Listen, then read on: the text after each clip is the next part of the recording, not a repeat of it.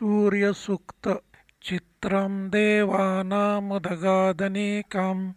चक्षुमित्रस्य वरुणस्याग्नेः आप्राद्यावा पृथिवी अन्तरिक्षं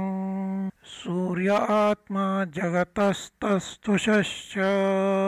सूर्यो देवी मुषसं रोचमानाम्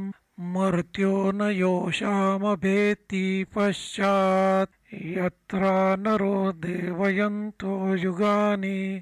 वितन्वते प्रतिभद्राय भद्रम् भद्रा अश्वा हरिता सूर्यस्य चित्रा एतग्वा अनुमाद्यासः नमस्यन्तो दिव आपृष्ठमस्थुः परिद्यावा पृथिवी यन्ति सद्यः तत्सूर्यस्य देवत्वं तन्महित्वं मध्याकर्तोर्विततं संजभार